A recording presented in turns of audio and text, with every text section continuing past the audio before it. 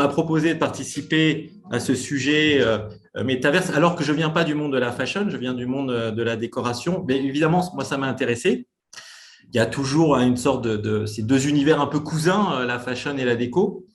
Et puis, pour une fois, je me suis dit, tiens, pour une fois, la déco sera peut-être en avance par rapport à la fashion, parce que souvent, c'est plutôt l'inverse.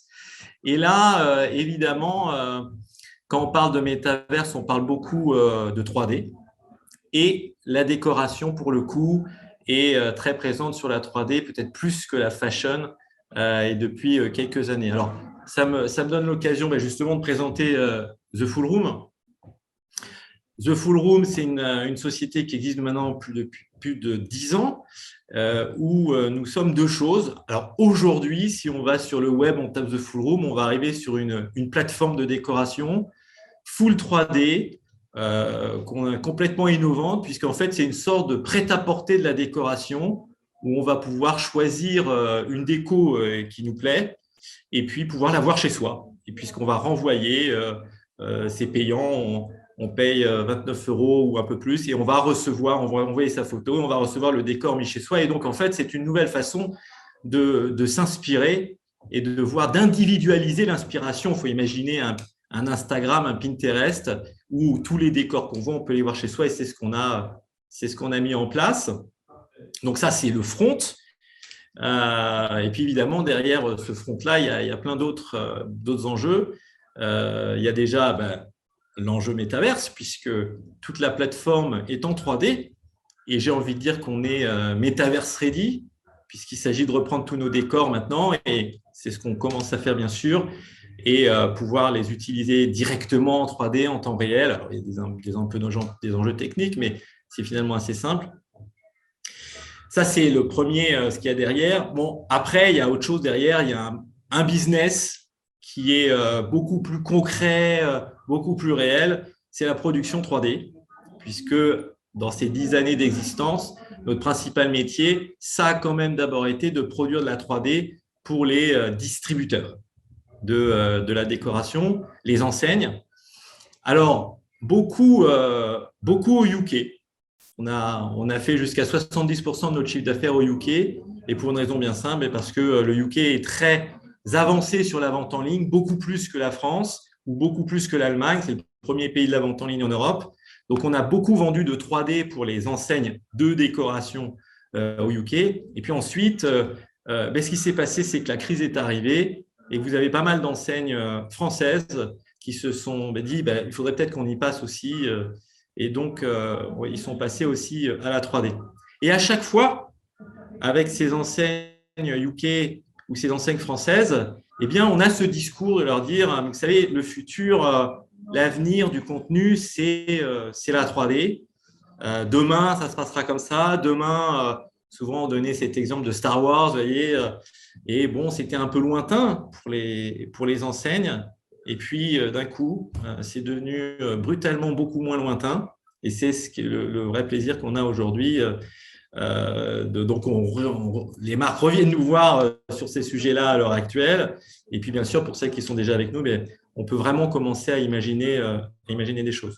Donc, déjà, voilà, Full Room, pour commencer. D'ailleurs, je crois qu'on a un nom qui porte bien là-dessus. On envisage d'être, pourquoi pas, le métaverse de la décoration, puisqu'on peut proposer beaucoup de décors. Il y a pas mal, j'écoutais auparavant Olivier, Ariel, il y a pas mal de business effectivement envisagés. On ne sait pas encore lesquels vraiment. Est-ce que, je sais qu'il y a des producteurs d'avatars, est-ce que nous, on va produire des intérieurs pour ces métaverses? Parce que demain, les consommateurs, on va en parler, ce que j'appelle ces méta-customers, eh bien, ils vont avoir besoin d'espace. Ils vont voyager dans plein d'espaces possibles, différents, ceux des marques, ceux de l'entertainment et autres, mais ils vont aussi avoir besoin de stabilité. Vous ne changez pas d'avatar tout le temps, vous aurez peut-être plus d'avatars, plus d'identité que votre identité physique, mais vous n'en aurez quand même qu'un nombre limité, parce qu'il faudra que vous soyez reconnu. Et pour les intérieurs qui seront les vôtres, qui traduiront votre intimité métaversiale, si je puis dire, et là encore, il faudra des intérieurs et on veut être là pour accompagner et pour partir à l'aventure. J'aimais bien ce mot-là que j'entendais précédemment sur ces business-là. Alors, le titre de cette conf, on m'a posé la question, ben, j'ai eu envie de dire, ce qui est vachement intéressant maintenant, c'est qui va être le consommateur de cet univers méta. Bon, bien évidemment, on ne peut pas lire l'avenir, hein, ça va changer, c'est vraiment un énorme shift qui est en train de se faire sous nos yeux, c'est passionnant. Mais je pense néanmoins si on regarde un peu le passé, on peut essayer de dessiner une trajectoire vers l'avenir. Et nous, le passé avec la 3D, on peut en parler parce qu'on le connaît bien, on l'a vu vraiment évoluer. Et donc, si on remonte dans le passé, avant Internet, on a des catalogues papier, on a des pubs TV et des magasins. Et en fait, on n'a pas tellement de contenu parce que faut produire quelques photos pour des catalogues, mais les catalogues ont un nombre de pages limité, donc ça s'arrête là. Ensuite, avec l'arrivée du web, les marques se sont rendues compte dans l'ameublement, mais dans la fringue aussi, qu'il fallait des visuels pour tous les produits. Et ce contenu-là, nous, on est venu nous voir en 3D parce qu'il coûtait très, très cher à produire pour de l'ameublement. Voir un canapé dans tous les coloris, toutes les tailles, tous les angles de vue, évidemment, c'est impossible à faire en photographie. Globalement, les marques avaient un budget, il fallait qu'elles gardent le même budget, mais qu'elles produisent beaucoup plus d'images. Et donc, est arrivée une nouvelle catégorie de contenu. À côté du brand content qu'on connaît bien, qui vendait la marque, est arrivé, nous, ce qu'on appelle le retail content, le contenu de la fiche article qui vend le produit. Voilà, un peu sans le dire, il est arrivé comme ça. D'ailleurs, nous, on l'appelle comme ça. Peut-être il s'appelle par ailleurs d'autres noms, mais nous, c'est comme ça qu'on le nomme, le retail content. Et c'est vraiment aujourd'hui, finalement, un cœur de métier. Et les marques, ce qui est drôle, c'est qu'alors qu'on aborde cette révolution du métaverse, elle commence pour certaines tout juste à rentrer dedans. Les mouvements prennent du temps. Donc, il y a eu ce retail content qui a commencé à arriver. Et ce qu'on voit arriver maintenant, avant qu'on parle de méta d'ailleurs, c'est une nouvelle catégorie de contenu aussi qui suit cette tendance de la personnalisation. Et c'est nous ce qu'on appelle chez nous le customer content. Donc, vous avez le brand content qui vend la marque, vous avez le retail content qui vend le produit, et puis vous avez une nouvelle catégorie de contenu qui arrive, qui est le customer content. En fait, c'est le contenu qu'une marque va faire pour chacun de ses consommateurs. On est vraiment dans une logique de personnalisation. Alors, il y a un contenu très simple dans le customer content, c'est la réalité virtuelle, la réalité augmentée notamment. Dans la réalité augmentée, on va voir un produit et on va le voir chez soi. Et ça, évidemment, un consommateur, il le voit chez lui, un autre le voit dans un autre chez lui. Et donc, on a bien des contenus qui sont différenciés selon l'endroit où on regarde le produit. Et ça va plus loin, puisque on peut carrément, et ça dans la décoration, c'est très important, c'est peut-être pour ça que le customer content naît dans la déco, c'est créer la mise en situation des produits chez clients. Donc, il y a ce customer content. On en reparlera parce qu'on a des cas assez concrets, et notamment avec des enseignes françaises de la grande distribution, GSB, de bricolage. Et puis, donc, est-ce qu'on va s'arrêter avec ce customer content? Eh bien, nous, on pense que non. On pense qu'il va y avoir encore maintenant une nouvelle génération de contenus qui vont arriver, qui vont être encore plus personnalisés, mais surtout encore plus immersifs. Et c'est bien nous, maintenant, on l'appelle le méta-content, le contenu qu'il va y avoir, que les marques vont devoir produire pour les métaverses. Et donc, voilà, il y a toute une chaîne, vous voyez, de contenus qui se créent et qui vont se créer à partir de la 3D. Alors, le méta-customer, eh bien, c'est celui à qui on va destiner, pour moi, ce méta-content 3D. Alors, on peut essayer de creuser un petit peu, déjà partir sur un exemple de ce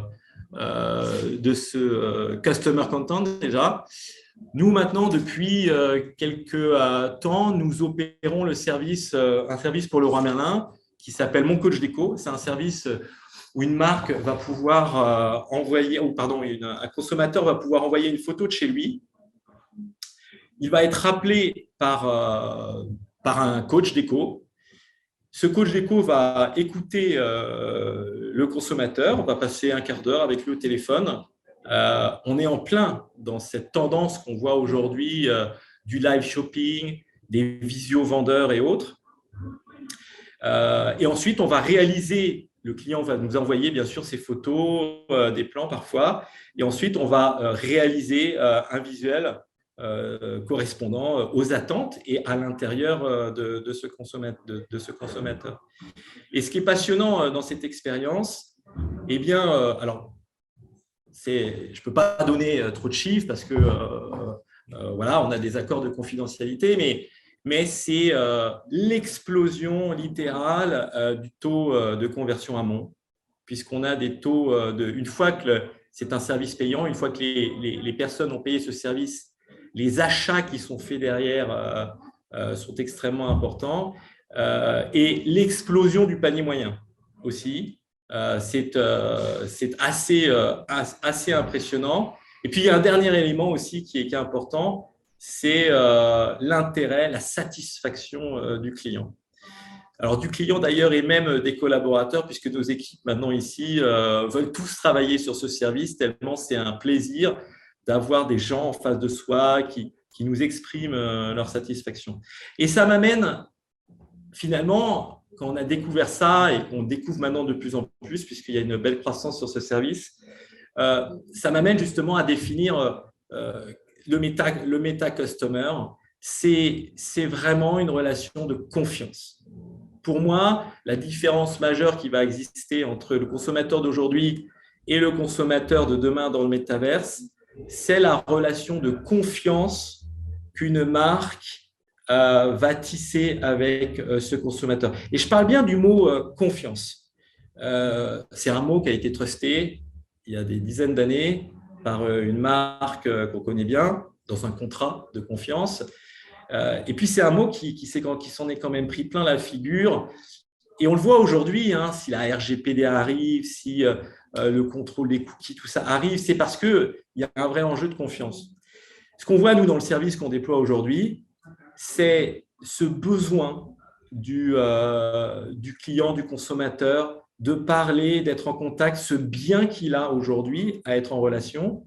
Et je pense que les métaverses, c'est l'opportunité pour les marques de se rapprocher encore plus du consommateur, d'être encore plus proche de lui. On parle d'immersion, c'est bien dans l'univers de la marque qu'on va immerger le futur client. Et dans ces cas-là, il y a vraiment une relation très forte qui peut se créer entre la marque et le consommateur.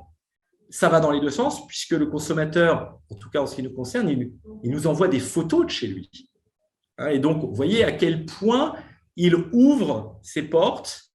Il est vraiment dans cette relation où il fait confiance à la marque et il y a une responsabilité de la marque d'être à la hauteur de la confiance de son client. Et je pense que ça, c'est quelque chose de clé dans cette transformation d'un consommateur digital actuel, mais qui est finalement derrière un écran, qui est assez, qu'on connaît peu, qu'on essaye de connaître avec de la data, mais la data, c'est un peu froid, versus un méta customer qui va finalement peut-être un peu redevenir le consommateur de tout le départ, c'est-à-dire celui qu'on croisait, avec qui on parlait, qui est un humain, qui a un visage, alors peut-être un visage d'avatar parfois, mais pas forcément non plus, parce que c'est pas que de la 3D non plus, il y aura de la visio, il y aura tout ça, on pourra se voir aussi en vrai, les réseaux sociaux et tout resteront actifs.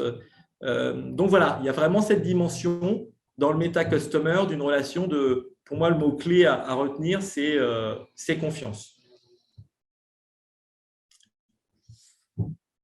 Alors, je ne sais pas si, Chloé, il y a des… Pour l'instant, il n'y a pas de questions. Moi, je peux vous en poser quelques-unes.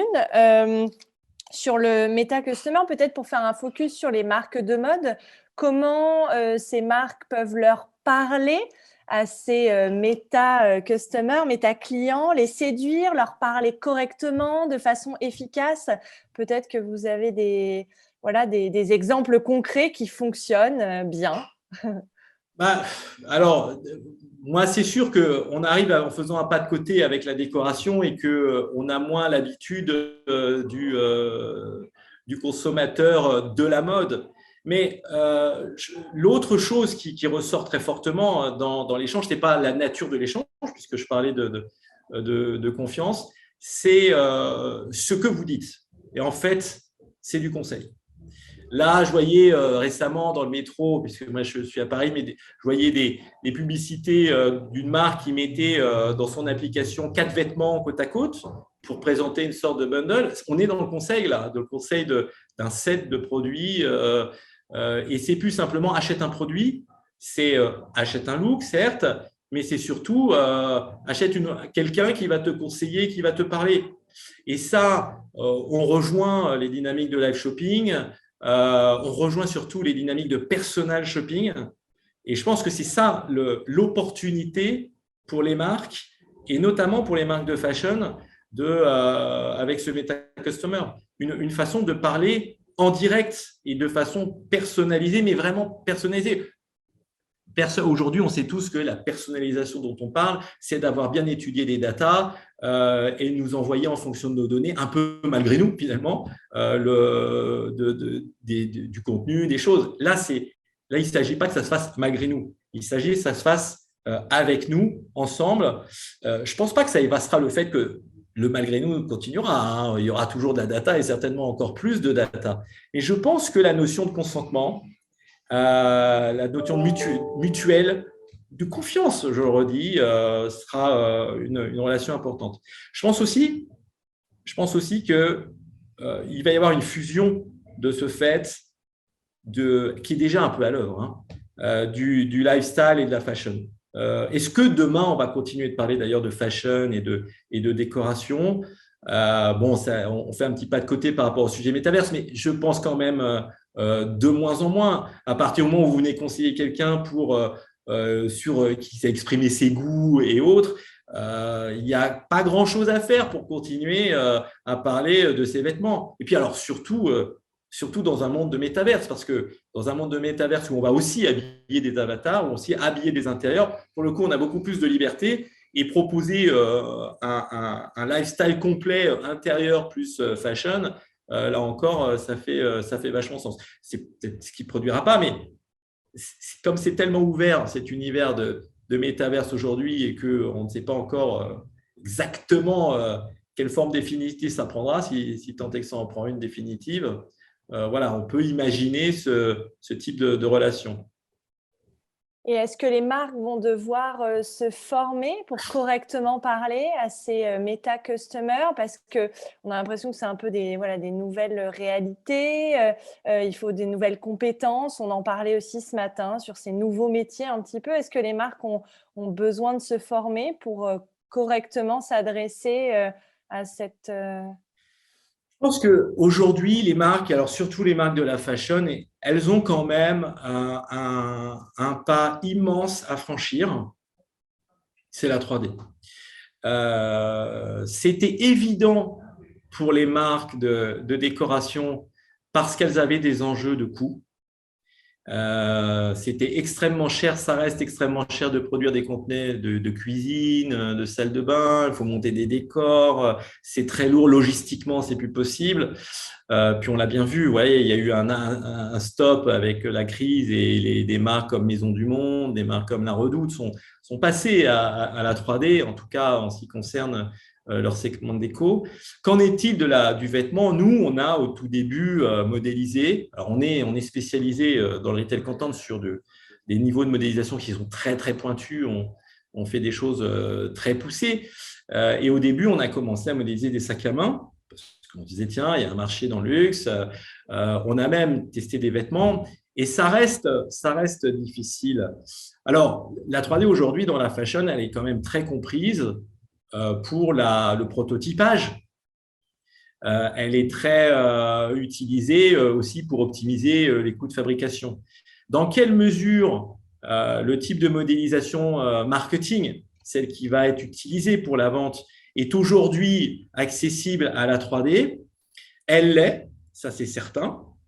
Elle est à un niveau de coût qui reste élevé, mais est-ce que les marques aujourd'hui ont l'économie de faire l'impasse sur ce coût? Et bien, c'est là où je pense que les marques qui vont plus que d'autres euh, oser aller vers la 3D et de qualité, parce que ça c'est important, ben, je pense qu'elles auront une avance sur les autres.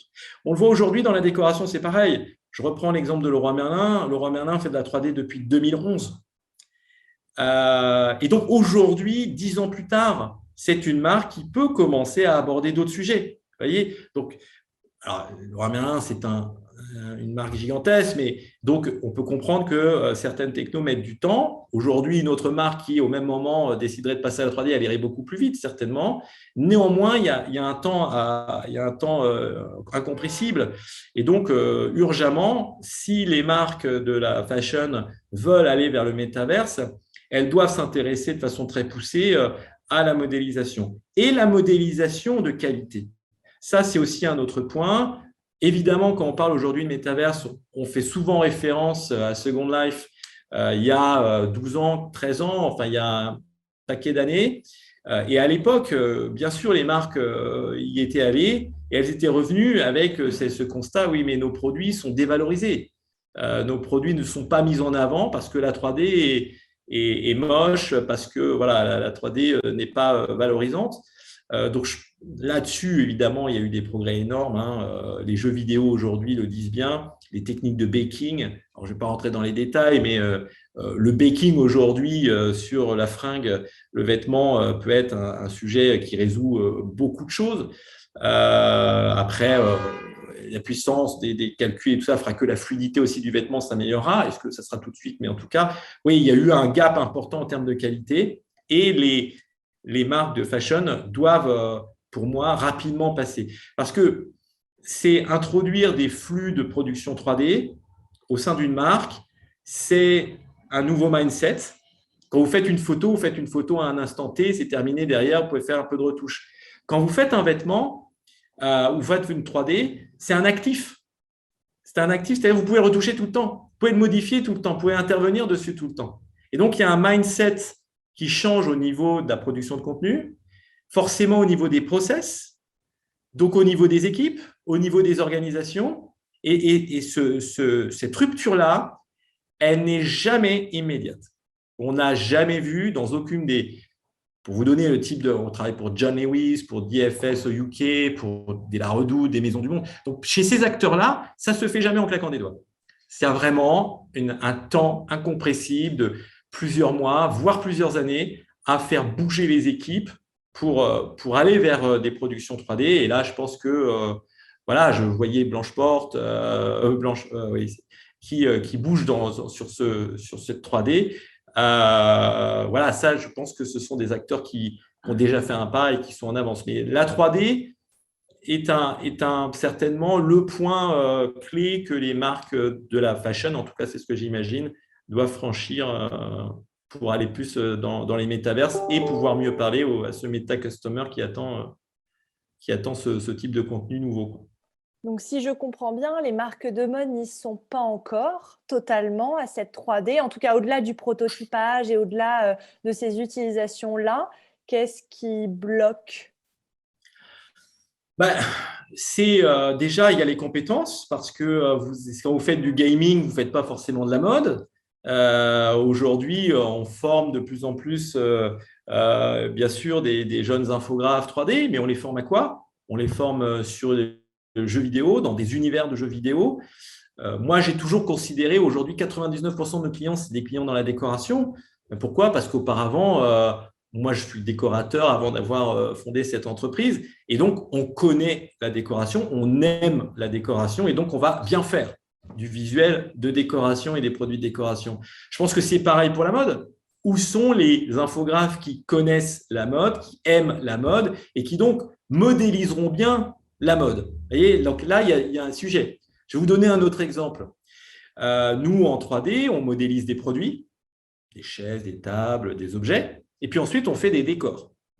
Eh bien, dans nos équipes, on est aujourd'hui 150 collaborateurs. La plupart des gens qui modélisent des produits sont des hommes. Et la plupart des personnes qui modélisent les décors sont des femmes. Et je peux vous assurer que, en tout cas en France, trouver des infographes femmes 3D, eh bien, c'est très compliqué. Donc, vous voyez, ça, c'est le sujet. Si aujourd'hui, ça peut paraître genré ce que je dis, hein, mais je vous assure, c'est un constat. Il faut trouver des infographes qui aimeront l'univers de la fashion. Et je pense que, bien sûr, je pense qu'il y aura beaucoup de femmes, eh bien, il faut qu'on les forme. Donc, il y a un vrai, je pense, enjeu au niveau de la filière, au niveau des organismes de formation, mais aussi bien au-delà, des filières de mode, des syndicats et autres, d'organiser et de flécher de la production 3D vers les métiers de la mode et vers, voilà, vous savez, quand on modélise un siège Louis XV, il faut savoir construire un siège Louis XV derrière. Il faut le connaître pour bien le faire. Et je pense que si on veut bien modéliser un vêtement, il faut savoir comment ça se construit. C'est pas simplement le… Voilà. Donc ça, il y a un enjeu lourd, hein, parce que c'est des enjeux de formation, c'est des enjeux qui mettent du temps. Et il faut, je pense, y atteler rapidement. Et puis, d'autant plus en France. Ça reste un pays où la fashion et les industries du luxe sont très référentes au niveau mondial.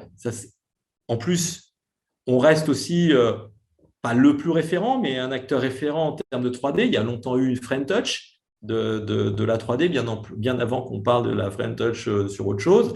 Donc voilà, il y a quelque part tout le fond de sauce est là pour me permettre aux acteurs de la fashion de bien arriver sur la 3D. Il faut juste le mettre en place, quoi. Et bon, je dis juste, mais ça sera quand même du travail. Il faut l'implémenter dans les écoles de mode, notamment. En tout cas, c'est un nouveau métier à prendre en considération. C'est ce que vous dites. Oui, c'est quelque chose à part entière. Je pense que il s'agit déjà, par exemple, d'apprendre à modéliser et de faire de la modélisation, mais même de modéliser en réalité virtuelle. Vous voyez, ça, ce sont des choses aujourd'hui que nous, on commence à explorer aussi. Là, on finalise le lancement d'un brevet de décor complet en réalité augmentée. Donc aujourd'hui, bon, certains d'entre vous ont déjà certainement chargé un canapé, une lampe en réalité augmentée, voir ce que ça donne. Il faut comprendre que dès aujourd'hui, on est capable de télécharger un intérieur complet.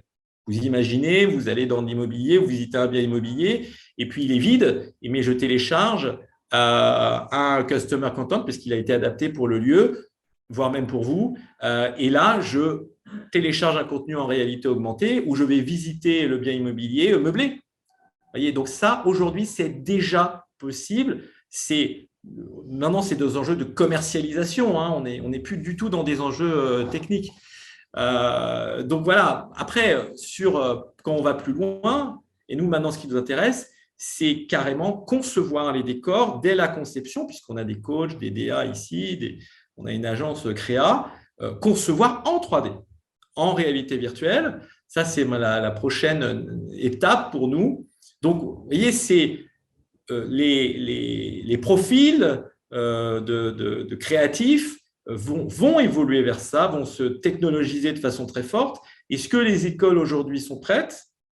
Est-ce que nous avons les formateurs aussi? Puisque souvent, ce n'est pas simplement l'enjeu de trouver le marché et les entreprises et les besoins, c'est aussi les gens qui peuvent former. Donc voilà, tout ça, les écoles doivent effectivement se diriger vers ça et anticiper les modes de création de demain et qui seront, comme je vous le dis, hein, ça, en tout cas pour la déco, c'est sûr. Pour la mode, pourquoi pas? Bien sûr. Et vous avez insisté plusieurs fois en disant qu'il fallait une 3D de qualité. Vous l'avez répété 2-3 fois. Comment on reconnaît la 3D de qualité dans ce cas? Qu'est-ce qui serait une 3D de mauvaise qualité par opposition? Alors, dans le CGI, c'est-à-dire dans l'image, une 3D de qualité, c'est une 3D où vous ne voyez pas que c'est une 3D. C'est-à-dire où le sentiment naturel qui est le vôtre, c'est-à-dire vous cherchez à avoir une réponse visuelle n'est pas freiné par autre chose qui serait un défaut de lumière ou quoi que ce soit. Ça ne veut pas forcément dire que c'est aussi bien qu'une photo. beaucoup de gens n'ont pas une lecture de l'image aussi pointue que les gens qui produisent de l'image. Ce qui se passe souvent, c'est que dans les enseignes, on a un regard acéré sur les images qu'on produit. En réalité, le client final derrière, pas du tout. Et nous, quand on lui envoie un customer content, je reprends l'exemple de Leroy Merlin, les clients, alors que le contenu, pour le produire aussi peu cher, on le baisse quand même de qualité, le client adore, il saute au plafond, il voit pas du tout, ça ne l'intéresse pas d'ailleurs. Son besoin est satisfait, il est rassuré sur ce sujet-là. Donc la qualité, ça reste relatif, mais le plus de qualité on a, le mieux c'est. Donc comment on la reconnaît? C'est très réaliste. Voilà, et puis que ça va satisfaire les détails. Bon, dans la fashion, la particularité, pour être un petit peu technique sur la 3D, eh bien, c'est les coutures, par exemple. Tous ces éléments-là, au niveau des coutures, il y a un renfoncement, il y a une petite ombre, ça dessine le vêtement, ça structure le vêtement. J'imagine, en tout cas, c'est ce qui peut se passer quand on fait des rideaux pour nous. Eh bien, ça, voilà, ce sont des détails qui vont être importants et qui vont se traduire justement après dans la qualité du baking pour retraduire ces éléments-là. Sur cet aspect de qualité, nous, on a fait, j'ai une petite une anecdote mais importante, on a fait beaucoup de configurateurs. Et on a à la fin établi une règle qu'on aime beaucoup appliquer, c'est une sorte de formule mathématique qui est la conversion, c'est-à-dire le but qu'on cherche à atteindre, c'est égal au conseil sur l'interactivité multiplié par la qualité visuelle. Alors je le refais pour les matheux qu'il y a dans la salle, c'est la conversion, le conseil, divisé par l'interactivité et multiplié par la qualité visuelle. Si vous avez un outil qui a énormément d'interactivité et très peu de conseils, comme les outils qu'on met en ligne, et très peu de qualité visuelle, vous avez donc un configurateur de très basse qualité, vous ne ferez aucune conversion. Nous, on l'a fait plein de fois, on l'a vu plein de fois, ça n'aide pas, ça perd le client, c'est moche. Voilà. Imaginez l'inverse, un catalogue, vous avez beaucoup de conseils dans un catalogue de déco, en tout cas, puisque des décors sont mis en place. Vous avez une interactivité qui est très faible, puisque vous avez juste à tourner les pages, et puis vous avez une qualité visuelle qui est très forte. Et donc, vous avez une conversion qui est très forte. Imaginez un magasin. Vous avez un conseil topissime, puisque vous avez de l'humain en face de vous qui vient vers vous, une interactivité qui est très faible, vous avez juste à vous balader dans des rayons, et vous avez une qualité visuelle qui est encore topissime, vous avez des produits en face de vous. Et donc là, vous avez une conversion à plus de 50%. Voyez, et donc, cette formule-là, je peux vous assurer qu'on l'a constatée constamment dès qu'il fallait mettre des outils en place ou des dispositifs de vente en place à base de contenu. Eh bien, pour moi, il n'y a pas de raison qu'elle ne s'applique pas dans la fashion. Et donc, cet enjeu de qualité visuelle, il faut savoir le doser. Mais je le redis, il faut aussi savoir doser le conseil. Est-ce qu'il suffit, vous prenez cette formule, d'avoir un conseil qui est très haut? Et dans ce cas-là, vous pouvez un peu baisser la qualité visuelle, ce n'est pas forcément le sujet. Vous arriverez à une bonne conversion. Donc, voilà, il y a la qualité, c'est très, très important. Plus il y en a, mieux c'est. Maintenant, bon, on peut… Bien sûr. Vous pourriez redonner la formule, s'il vous plaît? On nous demande sur le, sur le chat. Et conversion égale conseil sur interactivité multiplié par la qualité visuelle. Voilà. C'est aussi simple que ça. Bon. N'hésitez pas. Parce que généralement, en face de nous, on est dans un univers plutôt artistique où… donc, on n'a pas des matheux, donc c'est un peu un icebreaker dans les réunions, mais c'est une vraie formule qui marche vraiment. Il y a deux autres questions. Alors, il y en a une qui s'adresse par rapport à The Full Room, je pense. Est-ce que tous vos produits sont modélisés en 3D? Et la deuxième de la même personne, je ne sais pas si je la comprends correctement, qui dit « Utilisation de la photogrammétrie ?» point d'interrogation. Alors, sur la première question, sur la plateforme The Full Room, dans tous les décors que vous voyez, oui, tout est en 3D. Tous les visuels qu'on fait sont en 3D. Après, on a un side business d'affiliation où on référence d'autres types de produits qui sont parfois en photo, mais le but de l'opération, c'est vraiment de passer tout en 3D. Bon, cette plateforme, il faut le savoir aussi, pour nous, c'est un petit peu un laboratoire. On le finance sur nos fonds propres, parce qu'on a cette chance d'être une entreprise rentable. Donc, on a mis en place ce projet par nous-mêmes et on le fait grandir doucement. Donc voilà. Sur la seconde question, la photogrammétrie, oui, c'est évidemment une vraie réponse aujourd'hui. Elle fait d'énormes progrès. Il y a un enjeu derrière de poids des mèches, puisque en fait, le nombre de polygones des mèches va dépendre du nombre de photos, mais surtout du nombre de plis. Donc, là où vous avez plein de petits plis, vous allez avoir plein de polygones. Donc, les mèches, après, sont peu manipulables, si je puis dire. Voilà. Nous, par exemple, la photogrammétrie, c'est des sujets sur lesquels on travaille pour tout ce qui est accessoires. Je vais prendre un pied de lampe avec une nymphe dessus. À modéliser, ça peut être très compliqué parce que c'est un corps humain et autres. En photogrammétrie, voilà, c'est là où on va le placer parce que ça va nous permettre d'avoir de très facilement le faire à un coût qui est raisonnable. Donc, la photogrammétrie, oui, bien sûr, ça fait partie des vraies réponses pour passer sur la 3D. Mais attention, ça peut être une fausse bonne réponse aussi. Nous, aujourd'hui, tous les canapés, pour vous donner un exemple des marques pour lesquelles on travaille, vous voyez, un Roche-Beaubois, un Conrad Shop, un Tom Dixon, aujourd'hui, font leur canapé, un Conrad Shop aussi, beaucoup, font leur canapé en 3D. On continue de les modéliser de façon traditionnelle, pas du tout en photogrammétrie, parce que derrière, l'actif qu'on produit, le mesh 3D, il est beaucoup plus facile, il est propre en fait, et donc il est beaucoup plus facilement utilisable à plein d'autres choses. Le réduire pour le passer en réalité augmentée, c'est très simple.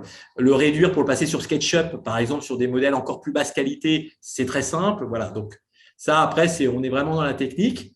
Mais en tout cas, pour certains types de réponses, oui, bien sûr, la photogrammétrie est une vraie solution. Ouais. Et je vois que la personne qui redemandait la formule nous dit « C'est étonnant d'avoir l'interactivité en dénominateur, peut-être n'ai-je pas compris ». Oui, c'est bien. Non, parce que l'interactivité, conseil sur interactivité multiplié par qualité visuelle, l'interactivité, c'est un facteur de confusion. Plus vous donnez de la main au client sur choisir des choses, c'est ça que nous, on appelle l'interactivité, moins vous allez dans le conseil. C'est un peu comme si vous allez au restaurant et qu'au lieu qu'on vous serve, vous avez une carte et vous avez des plats qui sont déjà faits, on vous amène les carottes, on vous amène le bœuf, on vous amène là et on vous dit faites la cuisine. Donc là, vous avez une interactivité très forte. Et peut-être que ce que vous venez de chercher dans ce restaurant, c'est faire des cours de cuisine. Mais dans ce cas-là, c'est autre chose. Donc nous, ce qu'on constate, c'est que plus le client a de choix de mélanger des choses, moins la conversion va être forte. La réalité, c'est que le client cherche à être guidé, à être accompagné. Et un des drames, nous, qu'on voit constamment, journalièrement dans la distribution, c'est la confusion entre le self-service et le service. Alors, ça bouge, heureusement d'ailleurs, mais c'est tout à fait normal. Quand on est un distributeur et qu'on est né dans les années 70 ou même après, on est un self-service man. On donne, on propose du self-service. Et donc, cette révolution de passer dans le service, elle est clé et elle est difficile. Mais voilà, le service, c'est bien, vous ne faites rien, je vais faire pour vous. Et c'est moi qui vais utiliser le configurateur pour vous, en fait, parce que c'est ce que nous demandent les marques. Le nombre de marques qui sont venues nous voir, et là encore aujourd'hui, on parlait avec une marque qui s'appelle Etince, pour qui on a déjà fait des configurateurs, et il y a même plusieurs années, et qui aujourd'hui réfléchit à des configurateurs à la destination de ses vendeurs, simplement, pour proposer au client final quelque chose qui est tout fait. Alors éventuellement 2 propositions pour avoir un choix. Mais je crois que voilà, plus vous donnez de choix au client, plus vous le perdez. Est-ce que c'est une stratégie de perdre le client pour le mieux rattraper? Dans la décoration, est-ce que c'est une stratégie aussi, parce que ça arrive souvent, des configurateurs ou ce que font les gens, c'est ils mélangent n'importe quoi ensemble et ils font quelque chose et en fait vous leur dites tu es un mauvais décorateur. Donc, est-ce que c'est un bon message à lui passer? Nous, on ne pense pas. On pense qu'aujourd'hui, les meilleures solutions, c'est vraiment du service et c'est de l'accompagner, quoi. Donc oui, en dénominateur. Très bien. Non, elle dit c'est super clair, merci beaucoup. Donc, je crois que l'explication a été bien comprise. Il nous reste encore 2-3 minutes. Si jamais vous avez des questions, n'hésitez pas à les poser dans le chat. On peut peut-être terminer par quelques conseils que vous auriez, puisqu'il y a peut-être des marques ou des personnes qui travaillent au sein de marques qui écoutent, des marques de mode, hein, j'entends, et qui aimeraient passer le pas ou en tout cas se mettre un peu à cette 3D, à ces nouvelles technologies, à tout ce dont on a parlé. Ben, moi, aujourd'hui, j'ai vendu beaucoup de 3D à des grandes enseignes et toujours la problématique au départ, c'était la taille du catalogue. Je dois passer tout mon catalogue, mais le coût est gigantesque. Et bien sûr, au départ, il y a un coût d'investissement. Alors, c'est un vrai investissement d'ailleurs, parce qu'après, ça reste un actif. Voilà. Ce qui est intéressant avec le service, et notamment, c'est que vous n'êtes pas obligé de modéliser tout votre catalogue.